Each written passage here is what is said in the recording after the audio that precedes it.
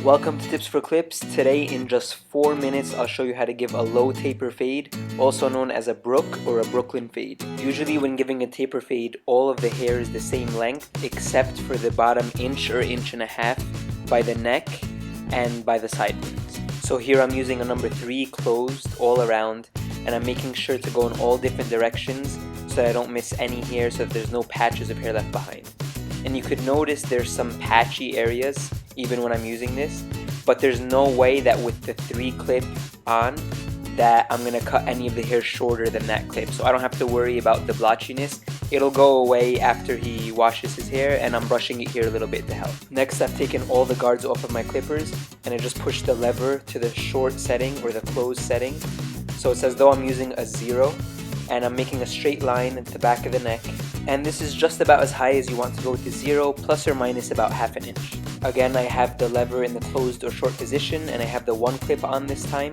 I'm going up about 3/4 of an inch to an inch, and I was going sideways for a second there and in some places here because his hair grows in that direction, and you always want to go in the opposite direction of the hair.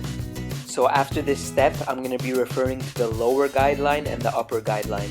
The whole point is that these are going to give us measures of where we're going to be fading. And be sure to have nice straight lines before going on to the next step. Lever here is open, so it's the long position, and there's no guards on my clippers, so it's as though I'm using a half. And here you're trying to eliminate that lower guideline, and you're going to go all the way up to the upper guideline but without passing it. So you want to stay just under that upper guideline. And you can see that lower guideline is already disappearing. Different hair reacts differently to certain steps. I typically wouldn't have done the next step that I'm going to show you guys, but just for the sake of completion, I'm going to show you in case it doesn't go as easily. So here I'm putting it a quarter. I put the lever in between the long and the short positions, in between closed and open, and I'm just getting totally rid of that lower guideline, just in case there's anything remaining. Next, I'm going to start getting rid of the upper guideline. So I'm using a 2 in the open position, so that's like a 2.5, and I'm just fading that upper guideline into the closed 3 that I have for the rest of his hair. And this is easy, you're just going up and out, flicking out as you go up.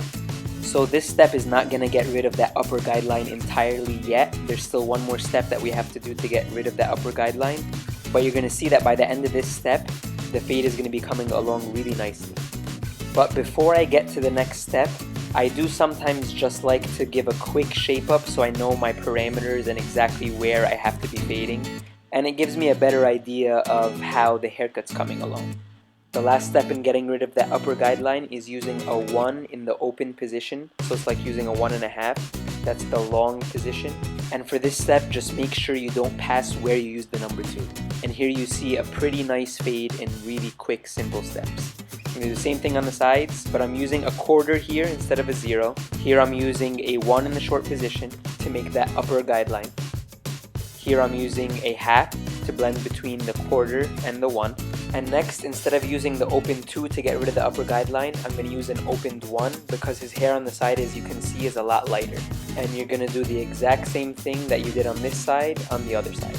And the reason I used a quarter on the sides instead of the 0 that I used on the back is because I like the sideburns to be a little more prominent. That's pretty much all it takes to give a taper fade. Sometimes it's a little intimidating because you have such a short span in which to make your fade, but I hope to have simplified it a little bit here for you. You can check out my other video on how to give the perfect shape up every time, especially because it's really important for a taper fade to give a good shape up.